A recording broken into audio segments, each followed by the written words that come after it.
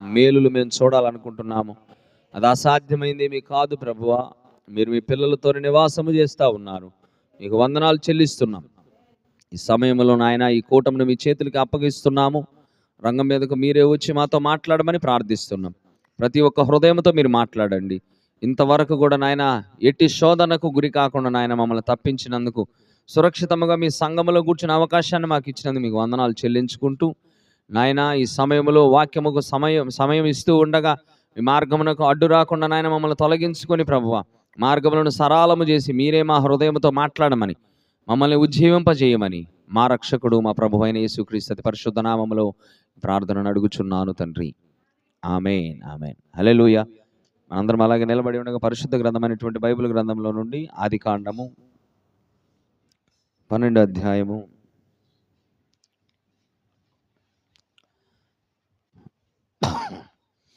మొదటి 3 వచనాలు మనం చదువుకుందాం.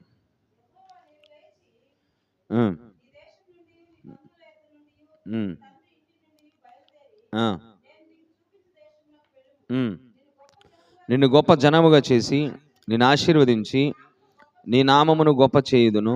నీవు ఆశీర్వాదముగా నుందువు. నిన్ను ఆశీర్వదించు వారిని ఆశీర్వదించెదను, నిన్ను దూషించు వారిని శపించెదను. భూమి యొక్క సమస్త వంశములు నీ యందు ఆశీర్వదించబడునని అబ్రాహాముతో అనగా చదవబడని మాటలను దేవుడు దీవించునుగాక. మనందరం కూడా కూర్చుందాం.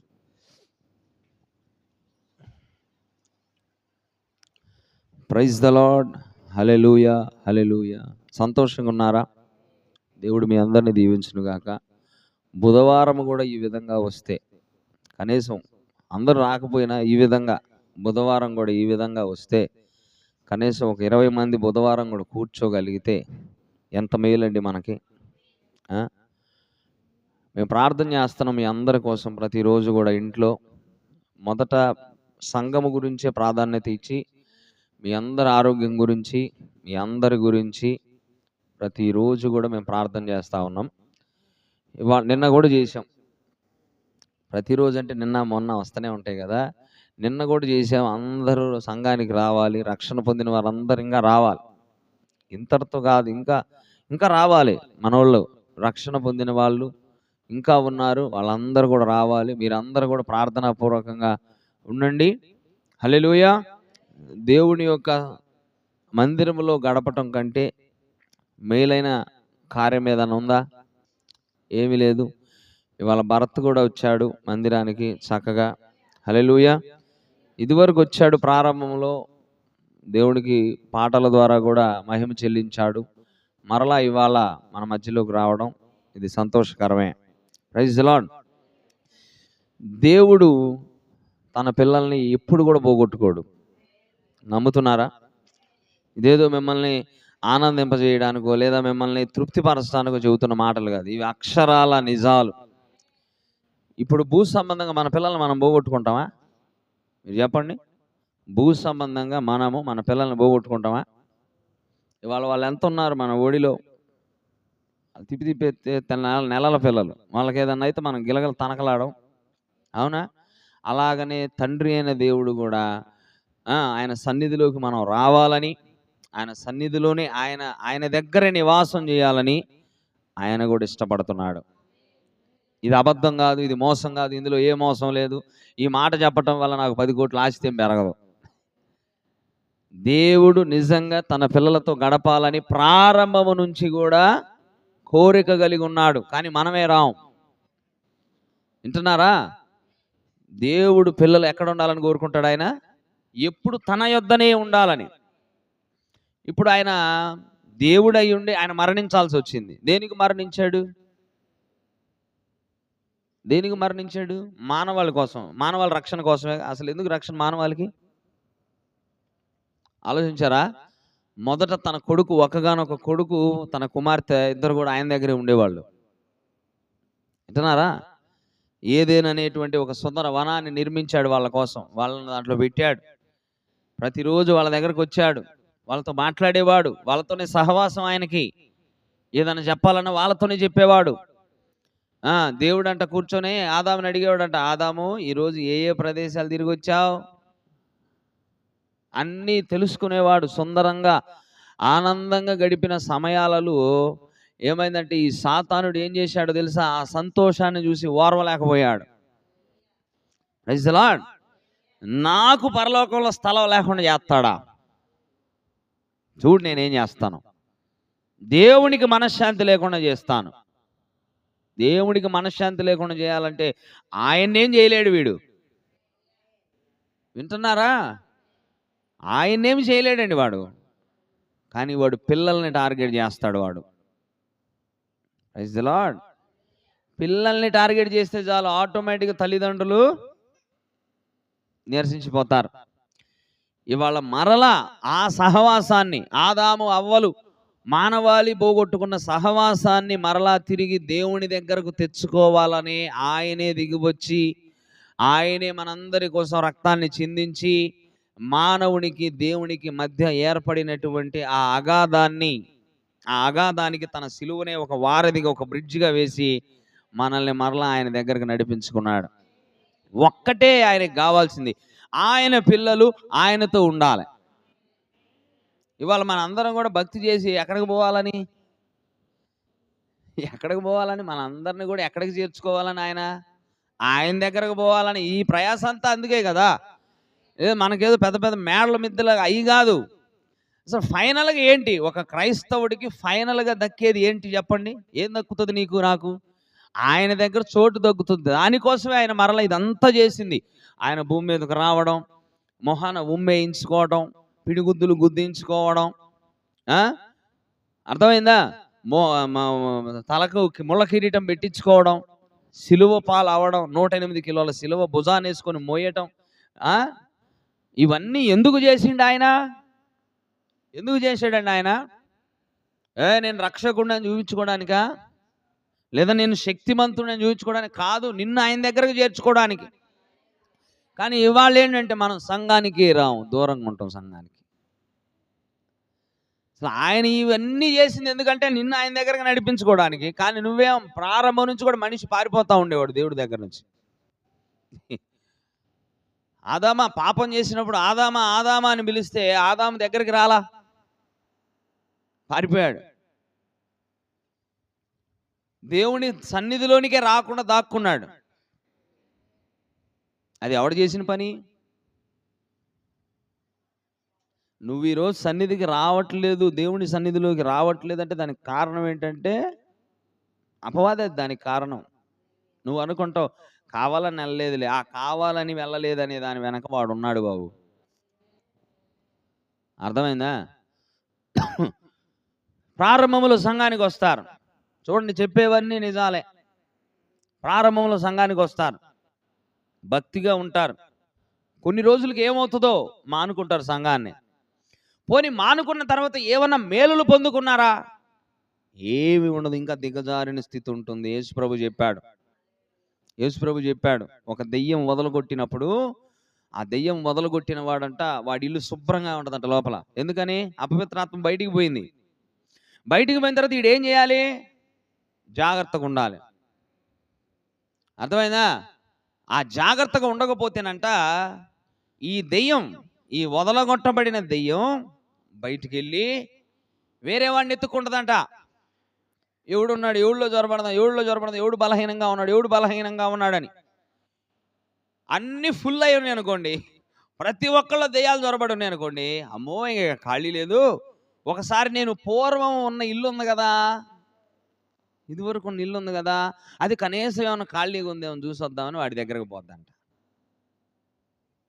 ఈడేం చేస్తాడు? దెయ్యం వదిలిపోయింది కదా, ఇంకా మనం హ్యాపీగా ఉన్నాం కదా, కాబట్టి మనం మళ్ళీ యథావిధిగా తిరుగుదాం అనుకొని తిరుగుతూ ఉంటాడు. వీడి దగ్గరకు వచ్చి చూడగానే వాళ్ళ లోపల దేవుడు ఉండడు. అడిలు ఖాళీగా నీట్గా శుభ్రపరిచి ఉంటుంది. నేను ఒక్కడిని పోతే కాదు, ఇంత పెద్ద ఇల్లు విశాలంగా ఉంది, ఇంకొక 7 తీసుకొని వద్దాం, నాకంటే రోత నాయాలని తీసుకొని వద్దామని ఆడిపోయి ఇంకొక 7 రోత దెయ్యాలని, వీడికంటే ఇంకా దరిద్రమైన దెయ్యాలని 7 తీసుకొని వచ్చి వాళ్ళు జ్వరపడతాడంట. అప్పుడు యేసుప్రభు చెబుతున్నాడు, పూర్వము పట్టిన గతి కంటే ఇప్పుడున్న గతి ఇంకా దిగజారిన గతి అన్నాడు ఆయన. అందుకేనండి సంఘానికి వచ్చి భక్తి చేసి ఆగకూడదు. అర్థమైందా? యేసుప్రభు చెప్పాడు, ఇదివరకు ఒకటే పట్టింది. నువ్వు గనక సంఘానికి వస్తా ఆ మహిమను పోగొట్టుకొని దూరంగా ఉన్నావంటే ఈసారి ఒకటి కాదు నీలో ఉండేది 7. అవి కూడా ఎట్లాంటివి? మొదట ఒక్కడే ఉన్నాడు, తిక్కలోడో బొక్కలోడో ఉన్నాడు వాడు, దెయ్యంగాడు. ఈసారి వాడు దేశపోయేవాడు మామూలు కాదు వాడు. అర్థమైందా? అది చదివితేనే బాగుంటుంది. మత్తయి సువార్త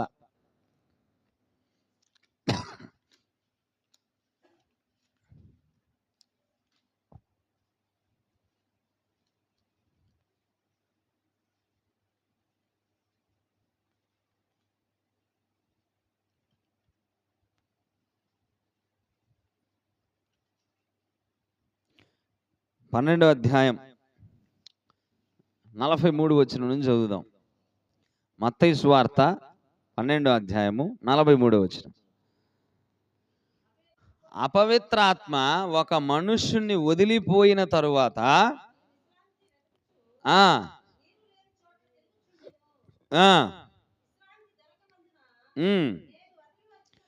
చూడండి ఏమంటుందో దెయ్యం, నేను వదిలి వచ్చిన.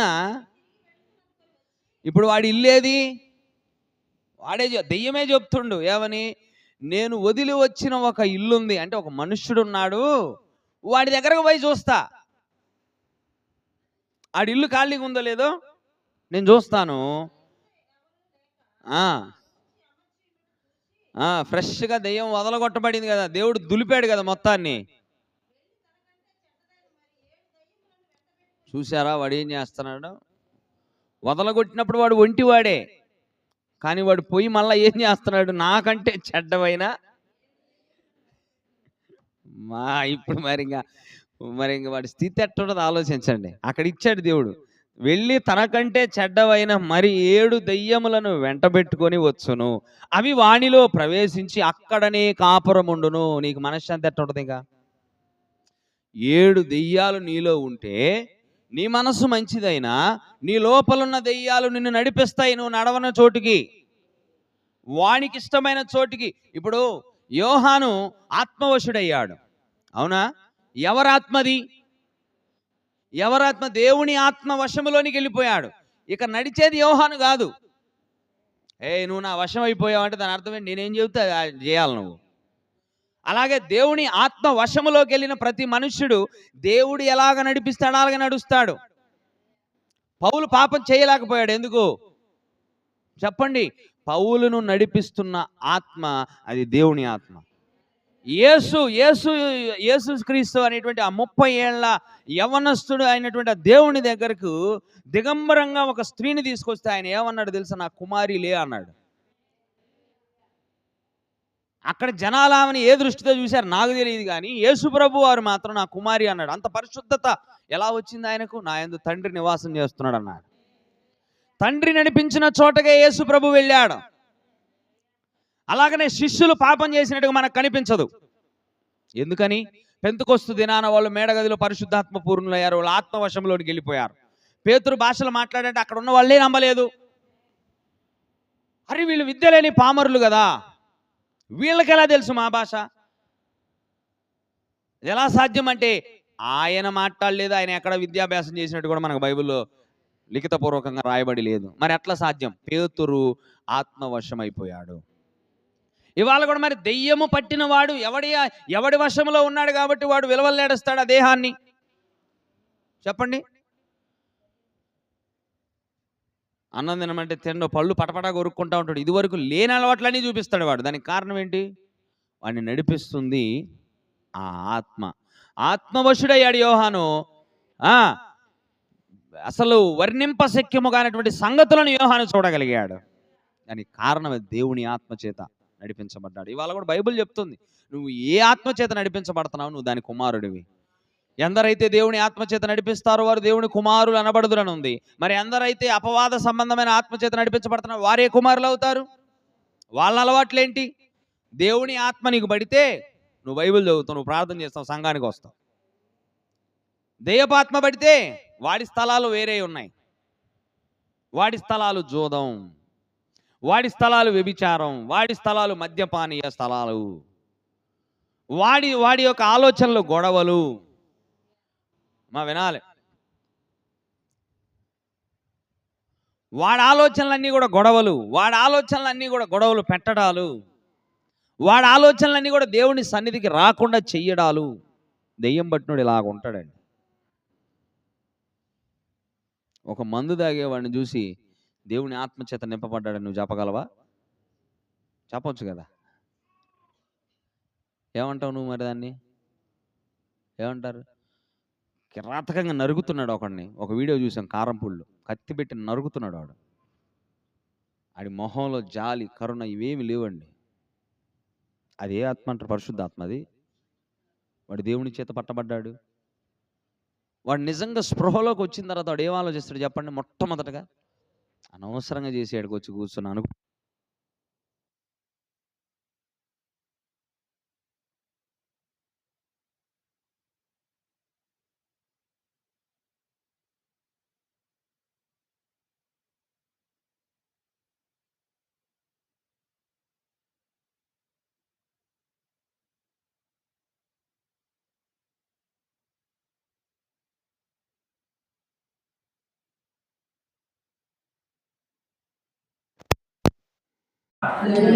అందుకని ప్రియమైనటువంటి దేవుని పిల్లలు చాలా జాగ్రత్తగా ఉండాలి. దేవుని యొక్క సమస్త ప్రణాళిక అంతా కూడా తన పిల్లలను ఆయన దగ్గరకు చేర్చుకోవాలనేదే.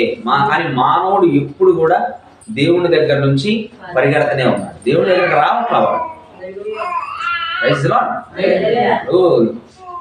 డాక్టర్ అక్కడ పెట్టుకున్న రోగం తగ్గాలి, ఆయన దగ్గరకు వస్తే నువ్వు పరిగెడతా ఉంటే రోగం తగ్గుతుందా? ఆయన ఇంజక్షన్ చేయడానికి వస్తున్నాడు, నువ్వు దూరంగానే ఉండు, నేను నిన్ను చూస్తా కానీ నేను చేయించుకోని అంటే తగ్గుతుంది రోగం. అలాగని ఇప్పుడు కూడా దేవుడి దగ్గరకు రా అంటే కుదిరినప్పుడు వస్తా అంటే నిన్ను పరిశుద్ధుడిగా ఆయన ఎట్ట చేస్తాడు? నువ్వు ఇంట్లో పరిశుద్ధత సాధిస్తావా? నీకు ఇంట్లో పరిశుద్ధత వస్తుందా? నువ్వు ఇంట్లో పరలోకం పోతావా? చెప్పండి. జరగని పని అది. నువ్వు ఆయన దగ్గరకు రా, బైబిల్లో ఉంది. నువ్వు ఆయన దగ్గరకు వస్తే ఆయన నీ దగ్గరికి వస్తానన్నాడు. బైబిల్లో ఉందా మాట? మీరు ఆయన దగ్గరకు రండి, ఆయన మీ వద్దకు వస్తాడని ఉంది బైబిల్ గ్రంథంలో. కనుక ఇప్పుడు మనం ఎక్కడికి రావాలి? ఆయన సన్నిధిలోకి రావాలి. అసలు నా అంశం ఇది కాదు, ఇంకొక అంశం నేను తీసుకున్నాను. ఇప్పుడు వెళ్తా అంశంలోకి. Praise the lord. ఈరోజు నా అంశం ఏంటంటే వాగ్దానమును పొందుకోవటం మాత్రమే కాదు, కానీ వాగ్దానమును స్వాధీనపరచుకోవటం అనేది చాలా ప్రాముఖ్యం. Praise the lord. అబ్రహాము దేవుని చేత పిలువబడ్డాడు. Praise the Lord. కానీ అబ్రహాము యొక్క బ్యాక్గ్రౌండ్, ఆ ఇతివృత్తాంతం కనుక చూస్తే, అబ్రహాము అసలు ఉన్నటువంటి స్థలము అది బబులోను. అబ్రహాము బబులోను అనేటువంటి ఆ ప్రాంతంలో ఆయన నివాసం చేశాడు. వారి యొక్క కుటుంబ నేపథ్యం అంతా కూడా మనం చూస్తే వాళ్ళు విగ్రహాలు అమ్ముకునే వాళ్ళని చరిత్ర చెబుతుంది. అందులో ఈ అబ్రహాము కల్దీయుల పట్టణమైనటువంటి ఉర్ అనేటువంటి పట్టణంలో నివాసం చేస్తున్నాడు. ఈ ఉర్ అనేటువంటి పట్టణంలో కల్దీయులు ఉంటారు. ఈ కల్దీయులకు వచ్చినటువంటి విద్యలు ఏంటో తెలుసా? ఇవాళ మీరు క్షుద్ర పూజల్లో ఎన్ని రకాలు ఉన్నాయో అవన్నీ కూడా అబ్రహాము ఉన్న ఊరేదైతే అది పుట్టినిల్లు. దాన్ని అంటున్నారా? చేతబడి తీసుకోండి, సోది చెప్పించుకోవడం తీసుకోండి, ఇక ఎన్ని పేర్లు ఉన్నాయో, చిల్లంగా అంటారు, బాణామతి అంటారు, ఇట్లా ఎన్నైతే ఉన్నాయో ఇవన్నీ కూడా ఈ దెయ్యాలు మొదలుపెట్టు అంతరాలు కట్టడం. అర్థమైందా? అంతరాలు కట్టి వంగబెట్టి ఒకటి ఇవ్వడం, ఇవన్నీ కూడా ఎక్కడి నుండి వచ్చినాయి? అబ్రహాము ఉన్న ఊరిలో ఉన్నాయి అవన్నీ కూడా. వింటున్నారా? బూడిద కూసి పంపించడం, వేప మంట తీసుకొని కొట్టడం, ఇవన్నీ ఎక్కడే కాదు, అవి ఆది కాలంలో నుంచి వస్తున్నాయి అవి. వింటున్నారా అండి? అయితే ఇప్పుడు అలాంటి ఒక దుర్భరమైనటువంటి ఆ పట్టణంలో ఉన్న అబ్రహాముని దేవుడు చూశాడు. దేవుడు చూసి ఏమన్నాడంటే, అబ్రహాము నువ్వు బయటికి రా, నువ్వు అక్కడ ఉండకూడదు, ఇంకా అది నీకు యోగ్యమైన స్థలము కానే కాదు, కనుక నువ్వు బయటికి రా, నేను నీకు ఒక దేశమును సిద్ధపరుస్తున్నాను, ఆ దేశం అనేది నేను నీకు ఇవ్వబోతున్నాను, నువ్వు బయటికి వచ్చేసేయి అన్నాడు. ఎక్కడి నుంచి బయటికి రమ్మన్నాడో తెలుసా? నీ తండ్రి ఇంటి నుంచి రా. Praise the Lord. నువ్వు నివసిస్తున్న దేశం నుంచి, నీ ఊరు నుంచి, అసలు నీ బంధువర్గం నుంచి నువ్వు బయటికి రా. నువ్వు బయటికి వస్తే నేను నిన్ను గొప్ప జనముగా చేస్తాను. నీకు సంతానం లేరు ఇప్పుడు, కానీ నీ సంతానం నేను విస్తరింపజేస్తా, నువ్వు గొప్పవాణ్ణి చేస్తా, నీకు ఒక దేశాన్ని ఇస్తానని దేవుడు అబ్రహామును పిలుచుకున్నాడు. బయటికి రమ్మన్నాడు అబ్రహాముని. ఎక్కడి నుండి? తండ్రి ఇంటి నుండి, దేశం నుండి, తన ప్రజల నుండి. దేవుడు ఎవరినైనా సరే గొప్పవాణ్ణి చెయ్యాలి అని అనుకున్నప్పుడు దేవుడు చేసేటువంటి మొట్టమొదటి పని ఏంటో తెలుసా? ఆయన నిన్ను వేరు చేస్తాడు. నిన్ను గొప్పవాణ్ణి చేయాలనుకున్నాడు అనుకో, నిన్ను అలాగా అందరితో కలిపి అందరిలాగానే నువ్వున్న స్థలములోనే, నువ్వున్న స్థితిలోనే నేను గొప్పవాణ్ణి చేయడు. ఆయన నిన్ను పరిపూర్ణంగా వేరు చేస్తాడు. నీ అలవాట్ల నుంచి వేరు చేస్తాడు ఆయన. అసలు నీ నీ నీ దేవుడు అనేటువంటి దానికి వ్యతిరేకతలు ఏవైతే నీ చుట్టూ ఉన్నాయో వాటన్నిటి నుంచి నిన్ను వేరు చేస్తాడు. అలా వేరవుతున్నప్పుడు అమ్మో వీళ్ళందరూ నన్ను విడిచిపెడతారేమో, ఎట్లా, అమ్మో నేను ఒంటరివాడిని అవుతానేమో. ఏం పర్వాలేదు, నీకు పరిశుద్ధులు తోడుంటారు. మీకు అర్థమవుతుందండి? మీకు అర్థమవుతుందా చెప్పేది? దేవుడి మాట వైపు చూసిన అబ్రహాం ఏం చేశాడంటే, ఇది నేను నమ్ముతున్నా, అసలు వాగ్దాన దేశం ఉందా లేదా ప్రభువా నాకు రుజువులు ఏం అడగలేదు. ఆయన కూడా చూపించలా. ఇదిగో ఎట్లా ఉంటుందయ్యా, ఇన్ని కిలోమీటర్ల విస్తీర్ణంలో ఉంటుంది, అబ్బో పెద్ద పెద్ద బిల్డింగులయ్యా, ఇవన్నీ ఏం చెప్పలేదండి. అసలు ఆయన విశ్వాసానికి ఆధారము లేనప్పుడే నమ్మి వచ్చాడంట. దేవుడు చెప్పిన మాటని గుడ్డిగా నమ్మి తలదించుకొని వచ్చేసాడు. తండ్రిని విడిచిపెడుతుంటే మీరు ఊహించుకోవచ్చు, ఏమని ఉంటారు? అరే ఎందుకురా వెళ్ళడం అని అనుంటారు. బంధువులందరూ కూడా అనుంటారు, ఎందుకయ్యా వెళ్ళేది అని ఉండొచ్చు. అవునా? అనుంటారా లేదా? ఎందుకయ్యా ఉన్న ఊరు కన్న తల్లిరా అనేవాళ్ళు కూడా ఉంటారు, లేరా? అయ్యా ఉన్న ఊరు కన్న తల్లి అయ్యా, ఎందుకయ్యా వదిలిపెట్టిపోవటం అనేవాళ్ళు ఉంటారు. Praise the Lord. కానీ ఉన్నూరు కన్న తల్లిలో ఉంటేనే పోట్లు ఎక్కువ పడతాయి. కన్న తల్లి దగ్గరే, ఉన్న ఊరు కన్న తల్లి దగ్గరే. యేసు ప్రభు కూడా చెప్పాడు అదే. ఏ ప్రవక్త కూడా తన సొంత ఊరిలో గనుడిగా ఎంచబడడు. ఆయన్నే గుర్తించలా. అర్థమైందా? ఆయన పోయి ఎన్నో స్వస్థతలు చేయాలి అనుకుని పోతే ఒకళ్ళిద్దరే స్వస్థపడ్డారంట. అక్కడ ఆశ్చర్యపోయాడు. ఎందుకు ఆశ్చర్యపోయాడు ఆయన? వాళ్ళ అవిశ్వాసాన్ని చూసి. అని ఆయనకే సాధ్యం కాకపోతే సామాన్యమైనటువంటి ఆర్డినరీ పాస్టర్లకి నాకు తెలిసి ఒక్కడ కూడా జరగదు. అవునా? దేవుడు నిన్ను గొప్పవాడిని చెయ్యాలంటే దేవుడు మొట్టమొదటి నిన్ను చేసే పని ఏంటో తెలుసా? ఒంటరి వాడిని చేస్తాడంట. ప్రవక్త కూడా చెప్పాడు దీని గురించి. నువ్వు గొప్పవాడు అవుతున్నట్టు దాని అర్థం ఏంటో తెలుసా? నీ కటింగ్లు జరుగుతాయి చుట్టూరు, నీ కటింగ్లు చేస్తాడు ఆయన. ఫస్ట్ కటింగ్లు అంటే నీకు అవసరమైన ఈ కటింగ్ చేయడండి, నీకు మేలు చేసే వాటిని దూరం చేయడు ఆయన. ఆయన ఎవరు? ఆయనకు ఒక పేరు ఉంది. ఏంది? తండ్రి అని పేరు ఉంది ఆయనకి. నీకు అనవసరమైన ఎందుకు కట్ చేస్తాడు ఆయన? నీకు మేలు చేసే ఉంచుతాడు. నీకు పనికిరానివేవో, నిన్ను వెనక్కి ఈడుస్తున్నవేవో, నిన్ను ఆశీర్వాదపు దిశగా వెళ్లకుండా ఆపుతున్నవేవో వాటన్నిటిని కత్తిరిస్తాడు ఆయన. ఇప్పుడు అబ్రహాముని ఏం చేశాడు? నువ్వు వచ్చేసి ఆ విగ్రహాలతో నీకెందుకు, నువ్వు రా బయటికి. వింటున్నారా? ఇప్పుడు అబ్రహాం ఏం చేశాడు తెలుసా? ఆయన మాట విన్నాడు, ఏ క్వశ్చన్ చేయలా. అబ్రహాం నిన్ను గొప్పవాణ్ణి చేస్తా అంటే ఎట్లా చేస్తావు ప్రభువా అడగలేదు. నేను నీకు దేశాన్ని చూపిస్తానంటే ఏ దేశం అది అని అడగలేదు. సింపుల్గా నమ్మి బయటకు వచ్చాడండి.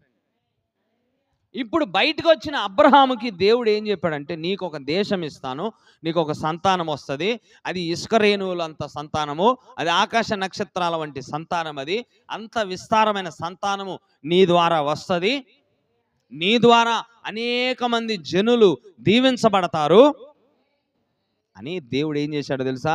వాగ్దానం చేశాడు. ఇప్పుడు అబ్రహాముకి ఏముంది? దేవుణ్ణి నమ్మి వచ్చిన అబ్రహాము చేతిలో ఇప్పుడు ఏముంది? ఒక వాగ్దానం ఉంది. He is holding a promise. ఇప్పుడు ఆయన చేతుల్లో ఏముంది? ఒక వాగ్దానం ఉంది. వాగ్దానము పొందటం అనేది ప్రాముఖ్యమైంది కాదు. మంచిదే వాగ్దానం ఉండటం, కానీ దేవుని యొక్క ఉద్దేశం ఏంటంటే దాన్ని పట్టుకొని దాన్ని చెప్పుకుంటూ తిరగమని చెప్పలా.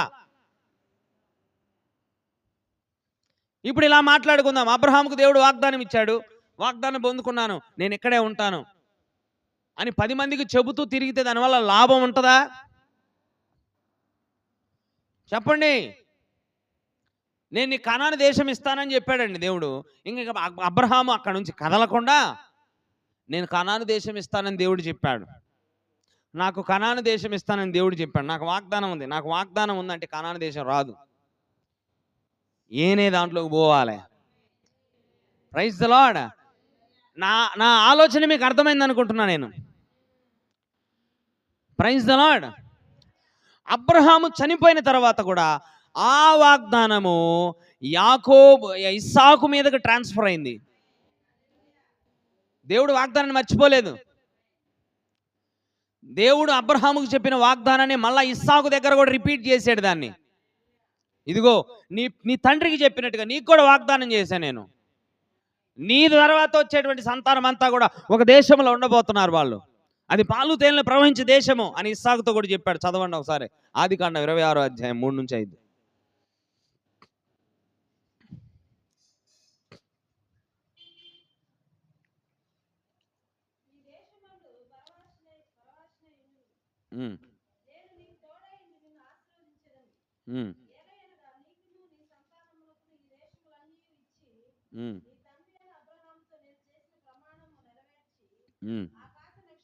ఎవరితో చెప్తున్నాడు ఆ మాటలన్నీ? చెప్పండి, ఎవరితో చెప్తున్నాడు ఆ మాట? అబ్రహాముతోనా?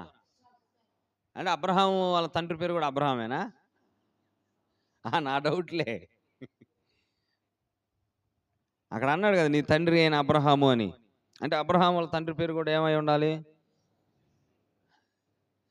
ఇక్కడ ఇస్సాకుతో మాట్లాడుతున్నాడు. నీ తండ్రి అయిన అబ్రహాముతో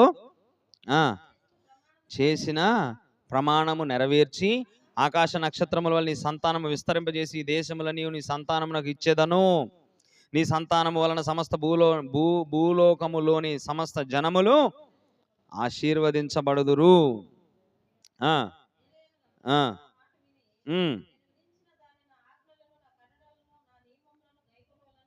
చాలు. ఏదైతే అబ్రహాముతో దేవుడు వాగ్దానం చేశాడో అదే వాగ్దానాన్ని మరలా ఇస్సాకుతో కూడా చెప్తున్నాడు. అది మనుషులు భూమి మీద నుంచి తీసుకుపోబడుతున్నారు, కానీ వాగ్దానము మాత్రం అలాగే నిలిచి వస్తుంది. మీరు చూడండి, ఇదే మాట మళ్ళీ యాకోబుకు గుర్తు చేశాడు దేవుడు. ఇదే వాగ్దానం, అదే ఆదికాండం 28వ వచనం 28వ అధ్యాయం 13. ఇక్కడెవరు 28:10 నుంచి చదవండి, అర్థమైంది. యాకోబు బెయేర్షెబా నుండి బయలుదేరి హారాను వైపు వెలుచు ఒక చోట చేరి ప్రొద్దుగుంకినందున అక్కడ రాత్రి నిలిచిపోయి ఆ చోట ఎవరెక్కడ ఉంది? కథానాయకుడు ఎవరెక్కడ? యాకోబు. ఆ చోటి రాళ్ళల్లో ఒకటి తీసుకొని తనకు తలగడగ చేసుకొని అక్కడ పండుకొనాను. అప్పుడు అతను ఒక కలగనెను, అందులో ఒక నిచ్చెన భూమి మీద నిలబడి ఉండెను.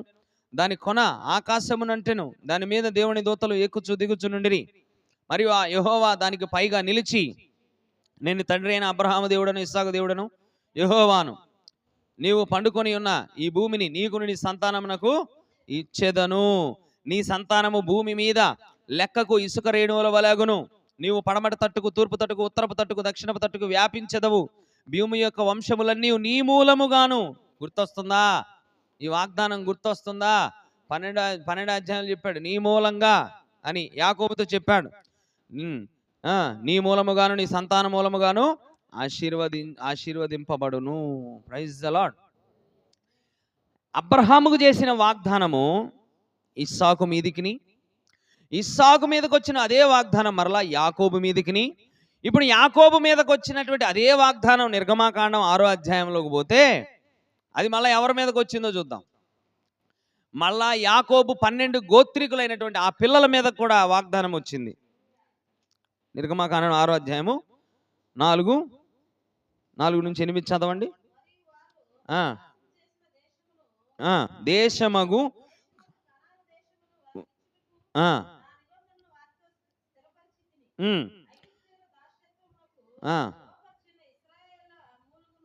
విని నా నిబంధనను జ్ఞాపకము చేసుకొని ఉన్నాను. మరలా ఇక్కడ ఆయన చేసిన ఆ నిబంధన వాగ్దానాన్ని ఆ జ్ఞాపకం చేసుకుంటున్నాడు ఆయన. కాబట్టి నువ్వు ఇశ్రాయేలీయులతో ఇలాగూ చెప్పుము, నేనే యెహోవాను, విడిపించి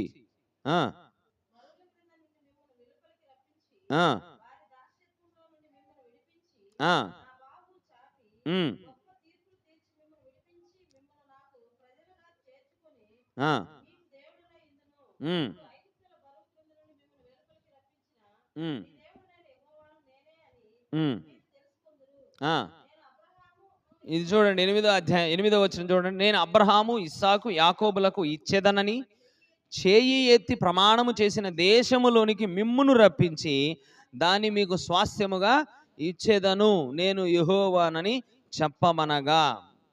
స్వయంగా మరలా దేవుడు మోషే ద్వారా తన ప్రజలకు చెప్పమని చెబుతున్న మాటలు ఇవి. అలాగనే ద్వితీయోపదేశకాండం 1వ అధ్యాయం 8వ వచనం చూస్తే అక్కడ కూడా మళ్ళా ఇదే మాటను రిపీట్ చేస్తున్నాడు దేవుడు.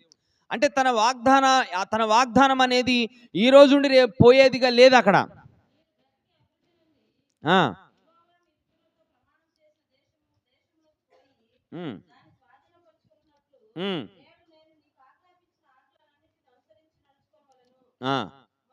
8వ వచనం మాత్రమే, ఇదిగో ఆ దేశమును మీకు అప్పగించి తిని మీరు వెళ్ళి యెహోవా మీ పితరులైన అబ్రహాము, ఇస్సాకు, యాకోబులను వారి తర్వాత వారి సంతానమునకు ఇచ్చేదనని నేను ప్రమాణము చేసిన దేశమును స్వాధీనపరుచుకొనుడి. అంటే ఆ వాగ్దానము వారు కలిగి ఉన్నారు. వింటున్నారా? ఇన్ని లేఖనాలు చదివిన తర్వాత మనకి ఏం అర్థమవుతుంది? వాగ్దానమును వారు కలిగి ఉన్నారు. Praise the Lord. మళ్ళా చెప్తున్నా, వాగ్దానమును వాళ్ళు కలిగి ఉన్నారు. వాగ్దానం అంటే ప్రమాణం, మాట ఇచ్చాడు దేవుడు. ఆ మాట ఇప్పుడు వాళ్ళ దగ్గర ఉంది. అంటే ఇప్పుడు వాళ్ళకి సర్వ హక్కులు ఉన్నాయి. ప్రభు ఆ మాట ఇచ్చావు కదా, నెరవేర్చాలని అడిగే హక్కు ఉంది. Praise the Lord. వాళ్ళ దగ్గర ఒక మాట ఉంది, దేవుడి మాట ఉంది వాళ్ళ దగ్గర. Praise the lord.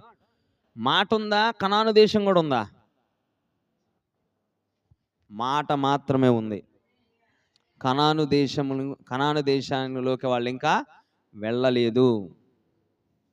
అంటే కనాను దేశము మీకు ఇస్తున్నాను అనే మాటకి నిజముగా అక్షరాల కనాను దేశములోకి పోయి వాళ్ళు అక్కడ నివసించడానికి తేడా ఉందంటారా లేదంటారా? ఇప్పుడు ఉదాహరణ మీకు అర్థమయ్యే భాషలో చెప్తా.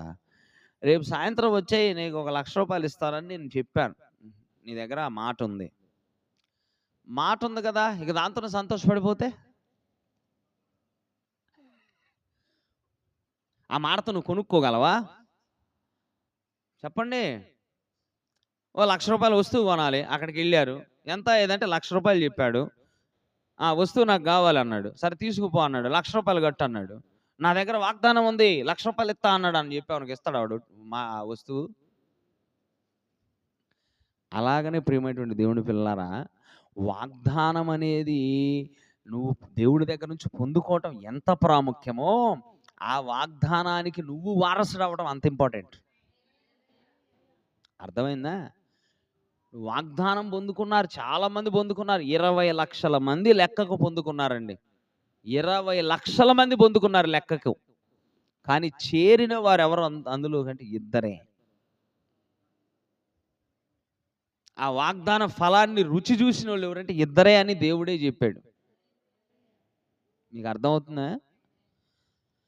కనుక వాగ్దానం పొందుకోవటం ప్రాముఖ్యమే, కానీ అంతకంటే ప్రాముఖ్యమైనది ఏంటంటే నువ్వు ఆ వాగ్దాన దేశానికి వారసుడు అవ్వాలి. అది నువ్వు అనుభవించాలి. కేవలము వాగ్దాన దేశం బయట ఉండి నాకు వాగ్దాన దేశం ఉంది, వాగ్దాన దేశం ఉందని 10 మందికి చెప్పుకుంటే కదా అందులో పోవాలి నువ్వు. ఇప్పుడు ఇశ్రాయేలు ప్రజలందరికీ కూడా వాగ్దానం ఉందని మనకు అర్థమైపోయింది. దేవుడు దాన్ని జ్ఞాపకం చేసుకుంటూ వచ్చాడు. అసలు వాళ్ళు మర్చిపోయిన ఈయన మర్చిపోవట్లా. ఐగుప్తు దేశంలో వాళ్ళు స్థిరపడిపోయారు. 400 సంవత్సరాలు అంటే వాళ్ళ అలవాట్లు వీళ్ళకొచ్చినాయి, వీళ్ళ అలవాట్లు వాళ్ళకొచ్చినాయి. వాళ్ళ తిండికి అలవాటు పడిపోయారు. నైల్ నదిలో దొరికే చేపలు తిని తిని వాళ్ళు అలవాటు పడిపోయారు. చివరికి మోషేకి దేవుడే గుర్తు చేస్తున్నాడు. అయ్యా మోషే, వాళ్ళ ఆర్తనాదాలు విని నేనే దిగి వచ్చానన్నాడు ఆయన. మనుషులైన మనం మర్చిపోవచ్చు, కానీ దేవుడు చేసిన వాగ్దానం ఆయన ఎప్పుడు మర్చిపోడు. ఇప్పుడు మళ్ళా హెచ్చరించి ఇస్సాకు చెప్పాల్సిన పనే ఉంది, అవునా? మళ్ళా యాకోబు దగ్గరకు వచ్చి చెప్పాల్సిన పనే ఉంది, మరలా మోషే దగ్గరకు వచ్చి మళ్ళీ గుర్తు చేయాల్సిన పనే ఉంది. అంటే ఇక్కడ ఏమర్థమవుతుంది? వాగ్దానం చేసిన దేవుడు తన వాగ్దానాన్ని జ్ఞాపకం చేసుకుంటున్నాడు. ఆ వాగ్దానం నిలిచే ఉంది, కానీ నిలిచి ఉండడం ప్రాముఖ్యత కాదు, కానీ ఆ వాగ్దానాన్ని నువ్వు పొందుకోవాలి. నాకుంది నాకుంది నాకుంది పరలోకం నాకుంది నాకుందని కాదు, అది నువ్వు పొందుకున్నప్పుడు ఎగరాలి. నువ్వు అసలు వాగ్దానం పొందుకొని నశించిపోకూడదు నువ్వు. అందుకనే పౌలు గారు అంట హెబ్రీలకు రాసిన పత్రికలో ఏముందంటే, ఇదిగో మనకి ఆయన విశ్రాంతి ఉంది కదా అని అనుకొని సంబరపడిపోవద్దు. అది నీ దగ్గర నుంచి తీసేయకుండా జాగ్రత్త పడు, భయపడు. Praise the lord. ఇశ్రాయేలీలందరూ కూడా కష్టపడ్డారండి. కష్టపడి చెప్పుకుంటున్నారా, దేవుడు చేసిన ప్రతి ఒక అద్భుతాన్ని చూస్తూ అగ్నిస్తంభం మీద మేఘస్తంభము వారి మీదగా నడుస్తూ ఉంటే వాళ్ళందరూ కూడా రాజుల్లాగా నడుస్తున్నారు. వాళ్ళకి ఏ కుదువ లేదు. ఎక్కడైతే ఆగమన్నాడు వాళ్ళు అక్కడ ఆగేవాళ్ళు. అక్కడికే ఆహారం వచ్చేది. నీళ్లు లేకుండా ఒక స్థలానికి వస్తే ఒక పెద్ద కొండ ఉంది, 20 అడుగులో 30 అడుగులో ఉంటుంది. ఆ పెద్ద కొండరాయి అది ఇప్పటికి కూడా ఉంది. నీళ్లు దొరకట్లేదని వాళ్ళు అడిగారో లేదో, దేవుడు ఆ బండను రెండుగా చీల్చి ఆ బండలో నుంచి నీళ్ళు ఇచ్చాడు. ఎంత ఫోర్స్గా వచ్చాయంటే నాగార్జున సాగర్లో నీళ్లు వదిలితే ఎంత ఫోర్స్గా అంతకంటే ఇంకా ఎక్కువే వచ్చి ఉంటాయి. ఎందుకంటే ఆ నీళ్ల అచ్చులు ఇప్పటికి కూడా బండల మీద నిలిచే ఉన్నాయంట. ఎంత ఫోర్స్గా వచ్చినాయో నీళ్లు. 20 లక్షల మంది తాగాలి. దేవుడు వాళ్ళ వెనకాల నడిచాడు, వాళ్ళ మధ్యలో ఉన్నాడు దేవుడు. వాళ్ళ వెనకాల కాదు, పక్కన కాదు, వాళ్ళ మధ్యలో ఉన్నాడు. చుట్టూరు ఇశ్రాయేలీలు ఉండేవాళ్ళు, మధ్యలో ఆయన ఉండేవాడు. వాళ్ళు నిద్రపోతా ఉంటే అగ్నిస్తంభముగా ఆయన ఆ గుడారంలో ఉండేవాడు. మోషే కదలండి అని చెప్పినప్పుడు మళ్ళా వాళ్ళు కదిలేవాళ్ళు. ఆ గుడారం అనేది కూడా కదులుతూ పోయింది. దేవుడు తన పిల్లల మధ్యలో ఉండి కదులుతూ పోయాడు. ఎంత ధన్యత! Praise the Lord. వాళ్ళకి చీమ కూడా కొట్టలేదండి, వాళ్ళ కాళ్ళు వాయలేదు. 40 సంవత్సరాలు నడిచారు వాళ్ళు. 40 సంవత్సరాలు నడిచారు, వాళ్ళ కాళ్ళు వాయలేదు. కనీసం బట్టలు మాయాలిగా, బట్టలు కూడా మాయలేదని ఉంది బైబిల్లో. చెప్పులు తెగిపోలేదంట. 6 నెలలు వాడితే తెగిపోతున్నాయి చెప్పులు. ఇవాళ 40 ఏళ్ళు నడిచారు వాళ్ళు. ఐగుప్తు నుంచి ప్రారంభమయ్యే అప్పుడు పుట్టిన పిల్లాడికి 40 ఏళ్ళు వచ్చినాయి కానాను దగ్గర పోయేసరికి. 40 ఏళ్ళు నడిచారండి వాళ్ళు. వాళ్ళు చెప్పుకొని ఉంటారు, నేను దేవుని ప్రజనం రా, కానీ వెళ్ళింది ఇద్దరైనా అంట. అందుకని మోషే అంటాడు హెబ్రీలకు రాసిన పత్రిక 4వ అధ్యాయంలో, ఎంత చక్కటి మాట అది. ముందే చెప్పాడు అన్ని దేవుడు మనకి. ఉందని సంతోషపడొద్దు, కానీ అందులో పోవటానికి జాగ్రత్త పడండి, తప్పిపోకుండా ఉండడానికి జాగ్రత్త పడండి. 4, ఆయన యొక్క విశ్రాంతిలో ప్రవేశించుదమను వాగ్దానం ఇంకా నిలిచి ఉండగా. ఏముంది ఇప్పుడు నీ మీద నిలిచి? ఒక వాగ్దానం ఉంది, నిలిచే ఉంది. అది కూడా ఉందా? చెప్పలేండి. వాగ్దానం ఇంకా నీ మీద నిలిచి ఉంది. Praise the Lord. ఒక్క నిమిషం ఇక్కడ ఆగుదాం. ఆ లేఖనంలోకి వెళ్ళడానికి ముందు దేవుడు అబ్రహాముకు చేసినట్టే మనకు కూడా ఒక వాగ్దానం చేశాడు. మనకు కూడా ఒక వాగ్దానం చేశాడు. ఏమిటా వాగ్దానం? అప్పుడు భూ సంబంధమైన వాగ్దానం. వాళ్ళు ధర్మశాస్త్ర కింద ఉన్నారు కాబట్టి, ఇవాళ ఈ కొత్త నిబంధనకు వచ్చేసరికి మనకు ఆత్మ సంబంధంగా మనం జీవించాలి. మనం ఆర్ యు అండర్స్టాండింగ్? అర్థమవుతుందా మీకు? ఇప్పుడు మనకివ్వబడిన వాగ్దానం ఏంటంటే అపోస్తుల కార్యములు 2వ అధ్యాయం 38వ వచనం. అక్కడ పేతురు చెప్తున్నాడు, మీరు మారు మనసు పొందండి, ఇక పాత జీవితాన్ని జీవించవద్దు, మీరు ఆ జీవితాన్ని వదిలేయండి, మీరు మారు మనసు పొంది రండి, మీ పాపాల నిమిత్తం మారు మనసు పొందండి, రక్షణ పొందండి, యేసుక్రీస్తు నామములో బాప్తిసం పొందండి, అప్పుడు మీకు పరిశుద్ధాత్మను వరము పొందుదురు. వరముంది. బాప్తిసం పొందితే నీకు వరం ఉంది, కానీ పొందినట్టు కాదు. అది పొందినట్టు కాదు. ఇవాళ బాప్తిసం పొందగానే నువ్వు పరిపూర్ణుడు అయిపోవు. ప్రవక్త చెప్పాడు, యేసుక్రీస్తు నామములో బాప్తిసం పొందిన నువ్వు పరలోకం పోకుండా ఉండొచ్చు కూడా, ఛాన్సులు ఉన్నాయి అన్నాడు ఆయన.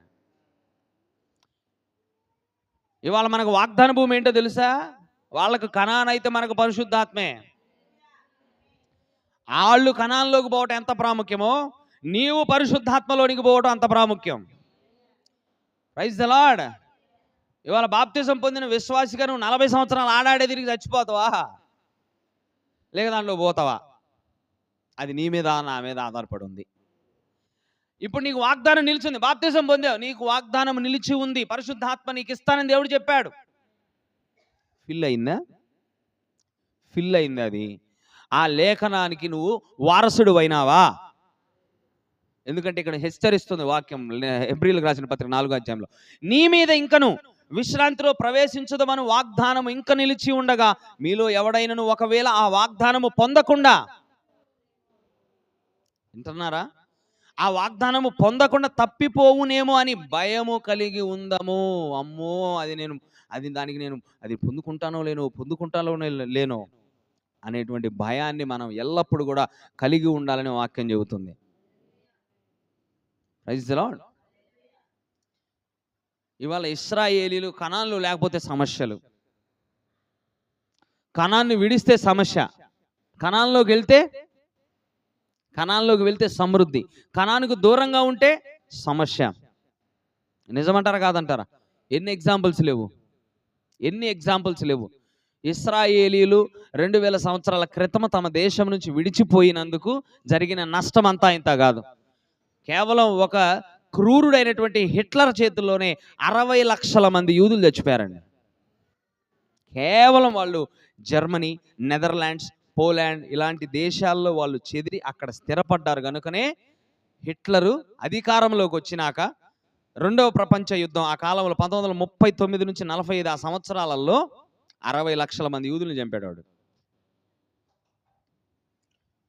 ఆ తర్వాత ఏమైందో చెప్తాను నేను. డేవిడ్ బెన్ గురియన్ అనేటువంటి ఆయన, మనం ఇక్కడ ఇంకా ఈ అన్య దేశాల కాళ్ళ కింద మనం పడి తొక్కబడకూడదు, తిరిగి మన దేశానికి పోదాం పండి అని వాళ్ళు ఇశ్రాయేల్కి పోయిన తర్వాత, ఇప్పుడు ప్రపంచ దేశాలలో శక్తివంతమైన దేశం ఏంటంటే అది ఇశ్రాయేల్. అది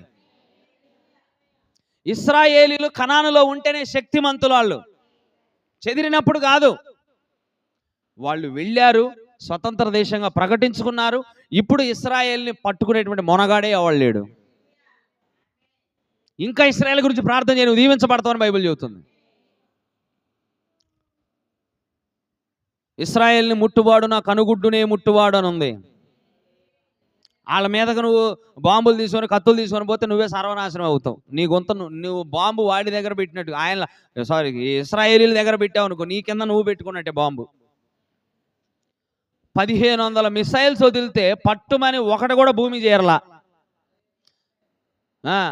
అసలు అర్థం కాని సంగతి ఏంటంటే, దేవుడే గాల్లోనే మిసైల్స్ వాళ్ళ దేశం మీదకి తిప్పాడు. ఎవడైతే వేసాడు ఆడి మీదకి పోయి పడ్డాయంట ఇంకా మిసైల్స్.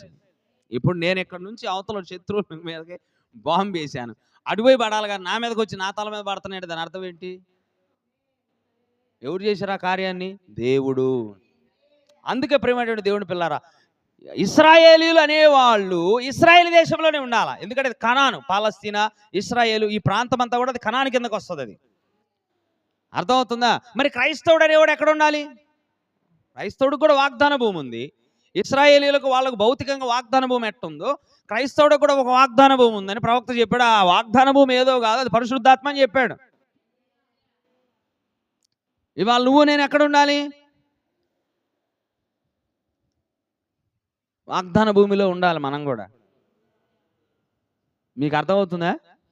ఒకసారి సొంత దేశంలో కరువు వచ్చిందని ఒక చిన్న కుటుంబం, ఇద్దరు కొడుకులు వేసుకుని ఆ చిన్న కుటుంబం ఇశ్రాయేలు దేశమును విడిచి మోయాబు పట్టణానికి పోయింది, మోయాబు దేశానికి పోయింది. అక్కడికి పోగానే భర్త చచ్చిపోయాడు. ఫస్ట్ 2 కొడుకులు చచ్చిపోయారు, ఒక్కతే మిగిలింది. ఇక ఆమె దూషించుకుంటుంది. చెయ్యి, ఎవరావిడ? నయోమి అంటే ప్లెజెంట్ అని అర్థం.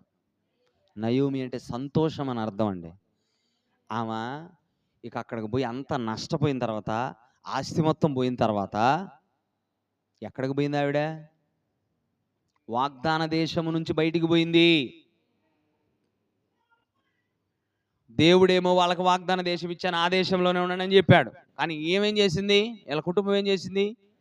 అయ్యో చిన్న కరువు వచ్చిందే, ఇక్కడ వద్దులే, వ్యాపారం చేసుకోవడానికి బయటికి పోదాం అని బయటికి పోయిన తర్వాత భర్త చచ్చిపోయాడు, 2 కొడుకులు చచ్చిపోయారు. చచ్చిపోయిన తర్వాత ఆమె ఆమె గ్రహించింది, ఇంక నేను తిరిగి నా స్వజనుల దగ్గరికి వెళ్తాను, మా దేవుడు మా మా ప్రాంతాన్ని దర్శించాడంట, ఇక నాకేం పని ఉంది, నా బంధువుల దగ్గరికి తిరిగి వెళ్తాను అని తిరిగి వస్తూ ఉంటే, అక్కడ ఆ దేశంలోకి రాగానే అక్కడ ఉన్న వాళ్ళందరూ అడుగుతున్నారు ఆమెని, అదిగో నయోమి, అదిగో నయోమి. అప్పుడు కరువు వచ్చిందని ఊరు వదిలిపెట్టిపోయారు, వాళ్ళు వస్తున్నారు అని ఆమెని నయోమి నయోమి అని అంటుంటే ఆమెకు గుండెల్లో గుచ్చినట్టు అయింది. నా పేరు నయోమి అని పిలవద్దు మీరు, ఎందుకంటే నయోమి అంటే సంతోషం అని అర్థం. నాకేం సంతోషం ఉంది? భర్త చచ్చిపోయాడు, 2 కొడుకులు చచ్చిపోయారు, ఇక నాకు సంతోషం ఎక్కడుంది? కాబట్టి నన్ను నయోమి అని పిలవద్దు, మారా అని పిలవండి. చేదు, నన్ను సంతోషం అని పిలవద్దండి, ఎక్కడ కూడా సంతోషం లేదు నాకు, చేదు. ఎందుకు వచ్చింది ఆ పరిస్థితి అమ్మా అంటే, సొంత దేశాన్ని విడిచారు, వాగ్దాన దేశాన్ని విడిచి బయటికి పోయారు. ఇవాళ కూడా ప్రియమైనటువంటి దేవుని పిల్లలారా, ఇది హెచ్చరిక అనుకుంటారా, ఏమనుకుంటారా మీ ఇష్టం. మనకు విశ్రాంతి ఎక్కడ అంటే ఆయన పరిశుద్ధాత్మలో తప్ప ఎక్కడా లేదు మనకి. అసలు దేవుని సన్నిధిని విడిచిపెట్టకూడదు. Praise the lord. మనకు ఈలాగా ఆదివారాలు బుధవారాలు కూడుకునే అవకాశాలు ఎన్ని రోజులు ఉంటాయో మనకు తెలియదు. ఎందుకంటే రానున్న రోజులన్నీ కూడా గడ్డు కాలాలు. రహస్యంగా ఎక్కడెక్కడో ప్రమాణాలు చేసుకుంటున్నారు వాళ్ళు. క్రైస్తవులు లేకుండా చేయాలి, క్రైస్తవులు లేకుండా చేయాలి, చర్చిలు అనేవి కోల్దోయాలి. ఆల్రెడీ చాలా చోట్ల ఈస్ట్ గోదావరి దాకా కూడా వచ్చినాయి అవి. వింటున్నారా అండి? మళ్ళా పాతకాలం ఇళ్లల్లో కూడుకునే సమయం వస్తుంది చూడండి. అపోస్తలులు ఇంట కూడుకున్నారు, లేదంటే వాళ్ళకి చర్చి కట్ట పెద్ద విషయమా? ఆస్తులే తీసుకొచ్చి కాళ్ళ దగ్గర పెడుతుంటే ఒకసారి చూసినప్పుడు, ప్రైజ్ ది లార్డ్, ఆస్తులన్నీ తీసుకొచ్చి అపోస్తలుల పాదాల దగ్గర పెడుతుంటే ఒక పెద్ద చర్చి కట్టి ఇక్కడికి రండి అని చెప్పలేరా వాళ్ళు? చెప్పండి. కనుక గడ్డు కాలం అనేది వచ్చే ఉంది, రానయ్యి ఉన్నది కాదు, వచ్చే ఉంది ఆల్రెడీ. మనందరి తల మీద నెత్తినెక్కి కూర్చున్న ఒకడు ఉన్నాడు.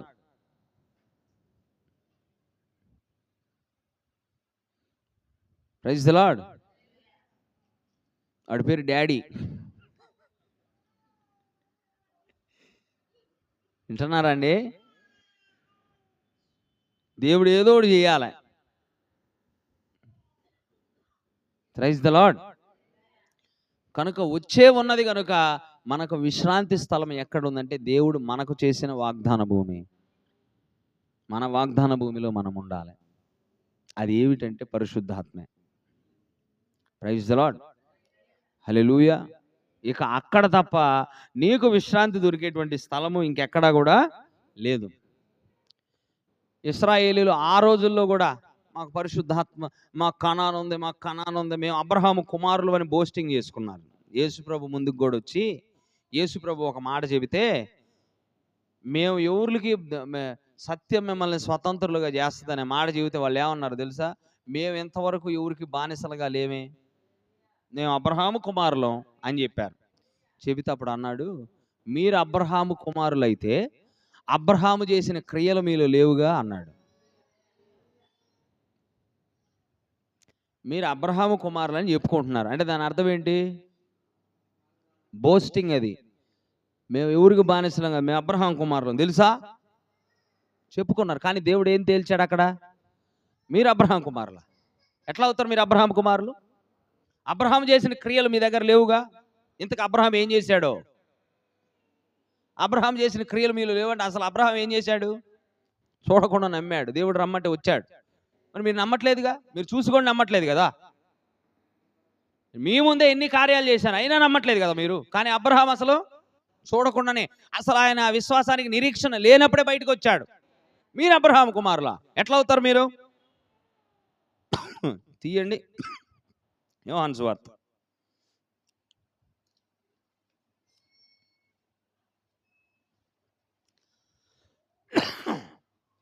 8వ అధ్యాయం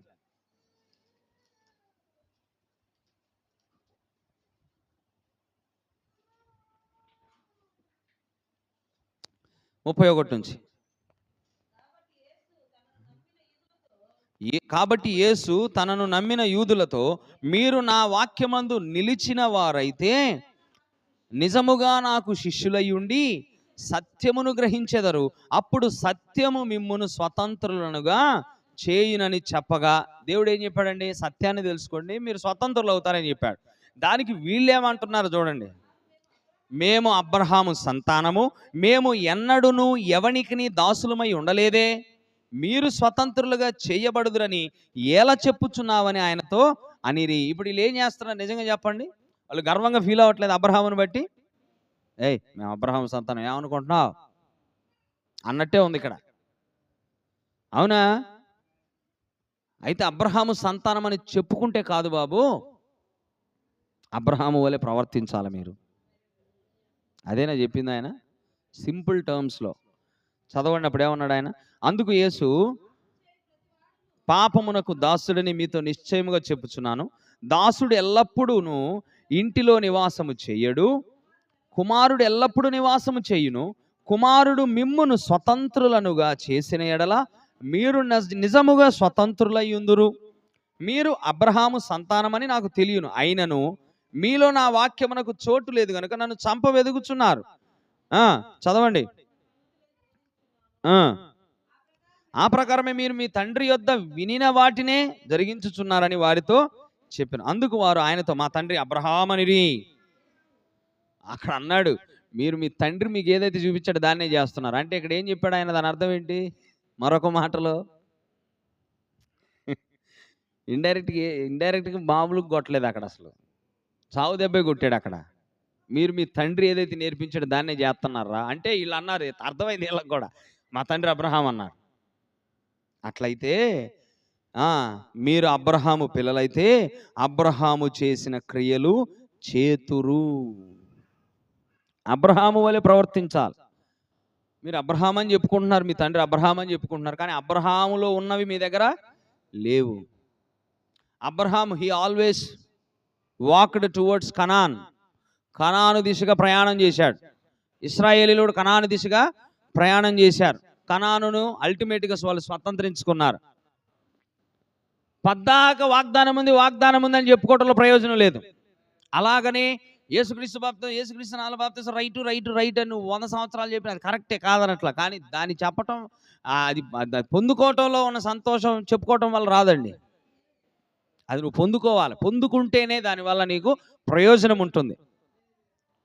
మీకు అర్థమవుతుందా? యేసుక్రీస్తు నామములో బాప్తిసం పొందాలరా, అప్పుడే పరిశుద్ధాత్మ వరం ఉంటుంది. వరం ఉండటము, పొందుకోవడం రెండు వేరు. యేసుప్రభు కూడా శిష్యులను పిలిచి తల మీద ఊది పరిశుద్ధాత్మ పొందుకోండి అన్నాడు. ఆ తర్వాత వాళ్ళు ఏం చేశారంటే మేడగదిలోకి పోయి వాళ్ళు కనిపెట్టారు. కనిపెట్టిన తర్వాత వాళ్ళు పరిశుద్ధాత్మ పొందుకున్నారు. ఊదటం అంటే అక్కడ నేను చదివాను, ఊదటం అనగా పరిశుద్ధాత్మను పొందుకోండి అని ఊదటం అనగా అక్కడ ఒక వాగ్దానం చేసినట్టు అంట అక్కడ. కానీ పొందుకుంది ఎప్పుడు? మేడగదిలో. వాగ్దానానికి పొందుకోవడానికి గ్యాప్ ఉంది. ఇది జర్నీ, ఇది స్పిరిచువల్ జర్నీ. అలాగే అబ్రహాముకు వాగ్దానం చేశాడు. తర్వాత ఐగుప్తు బానిసత్వం దగ్గర ఉన్నప్పుడు మోషేకి వాగ్దానం చేసి వాళ్ళని బయటికి తీసుకురమ్మన్నాడు. కానీ కనానులోనికి వెళ్ళడానికి, ఐగుప్తు బానిసత్వం నుంచి బయటికి రావడానికి మధ్యలో జర్నీ ఉంది, ఇంత ప్రయాణం ఉంది. ఖచ్చితంగా ప్రయాణంలో మనం యుద్ధాలు చేయాలి. వింటున్నారా? వాళ్ళు ప్రయాసపడాలి, దేవునితో కూడా నడవాలి. కనుక ప్రియమైనటువంటి దేవుని పిల్లరా, పాత నిబంధన ప్రకారంగా ఇశ్రాయేలీలకు కనాను ఎలాగుందో మనకు కూడా ఒక వాగ్దాన భూమి ఉంది, అది పరిశుద్ధాత్మది. వాగ్దాన భూమిని పరలోకానికి ముడేయకూడదండి. ఎందుకంటే వాగ్దాన భూమిలోకి వెళ్ళిన తర్వాత యుద్ధాలు చేశారు వాళ్ళు, కానీ పరలోకంలో యుద్ధాలు లేవు. పరిశుద్ధాత్మ పొందుకున్న తర్వాత కూడా యుద్ధం ఉంటుంది నీకు. అందుకనే కదా ఆయన అంటున్నాడు, మనం పోరాడేది సామాన్యులతో కాదు, భూ సంబంధులతో కాదు, శరీర మాత్రులతో కాదు, కానీ ఆకాశ మండలమందుండు దురాత్మల సమూహములతోనూ దుష్ట సంబంధులకు లోకనాథులతోనూ, ప్రధానులతోనూ, అధికారులతోనూ మనం పోరాడుచున్నాము గనుక దేవుని దేవుని సర్వాంగ కవచమును ధరించుకొనుడి. ఏంది దేవుని సర్వాంగ కవచం? ఏందో మరి అది. That is nothing but the holy spirit of God. సర్వాంగ కవచం ఏదో కాదు కానీ దేవుని యొక్క ఆత్మనే. మరి సర్వాంగ కవచం ధరించేవాడు యుద్ధానికి పోకుండా ఇంట్లో నిద్రపోతాడా? మరి ఆత్మ పొందుకున్న తర్వాత కూడా దేనికి సిద్ధమవుతుంది? నీకు నీ ఆత్మ ఏదొచ్చినా కూడా యుద్ధం చేస్తుంది ఆత్మ నీలో ఉంటే.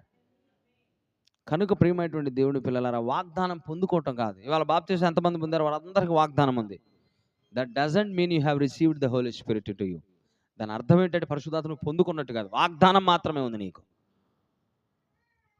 నేను పొందుకున్నానా లేదా అని క్వశ్చన్ వస్తే అది నీకే తెలియాలి, అది నువ్వు పొందుకున్నావో లేదో అనేది. పొందుకున్నోడు ఆత్మ నడిపించిన విధంగా నడుస్తాడు. ఇందా చదువుకున్నాం, దెయ్యం వాళ్ళు జొరబడి వాడి జీవితం ఇంకా దిగజార్చేటట్టు చేస్తుంది. దేవుని ఆత్మ నేను వైన్స్కి దిశగా నడిపించదు. అర్థమైనా? దేవుని ఆత్మ నిన్ను గొడవలు పెట్టేదిగా ఉంచదు. ఒకవేళ నువ్వు గొడవలు పెట్టి ఏ 2 కుటుంబాలకైనా గొడవ పెట్టి దేవుని ఆత్మ నన్ను చేసేటట్టు చేసిందని చెప్పకూడదు, తప్పది. అర్థమైందా? దొంగతనం చేసి దేవునికి తెలియంది ఏముంది? ఈ ఒకటి నేర్చుకుంటాం మనం, దేవునికి తెలియంది ఏం కాదులే.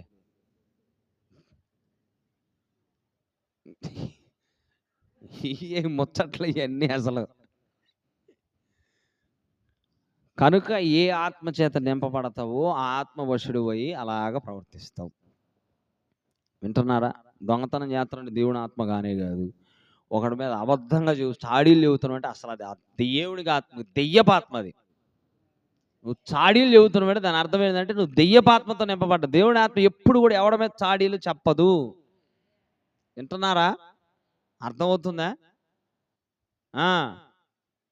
దేవుని ఆత్మ ఎప్పుడు కూడా నిన్ను పరిశుద్ధత వైపు, వాక్యం వైపు నడిపిస్తూ ఉంటుంది. హల్లెలూయా. కనుక వాగ్దానం పొందుకోవటం ప్రాముఖ్యమేనండి. మనందరం కూడా ఇవాళ లోకం కాదనుకుని ఇక్కడికి వచ్చాం. వింటున్నారా? మనకు లోకం వద్దనుకుని ఇక్కడికి వచ్చినాం మనం. మంచిదే. వచ్చిన మీ అందరికి కూడా, రక్షణ పొందిన మీ అందరికి కూడా దేవుడు వాగ్దానం ఇచ్చాడండి. వాగ్దానం ఉంది, కాదనట్లేదు. కానీ దాని అర్థం ఏంటంటే ఉందని డబ్బా కొట్టుకోవటం కాదు, కానీ అది పోగొట్టుకోకుండా జాగ్రత్త పడను అన్నాడా లేదా? హెబ్రీయులకు రాసిన పత్రిక చదివాం కదా. అది పోగొట్టుకోకుండా భయము కలిగి ఉందాము అన్నాడు ఆయన. భయము కలిగి ఉండాలి. కనుక వాగ్దానము కలిగి ఉండటం కాదు, కానీ వాగ్దానాన్ని నువ్వు స్వాధీనపరచుకోవాలి, దానికి వారసుడు అవ్వాలి. దేవుడి యొక్క పరిశుద్ధమైన మాటలను మన హృదయంలో ముద్రించునుగాక. హల్లెలూయా. సమయంలో మనందరం కూడా పైకి లేచి నిలబడదాం.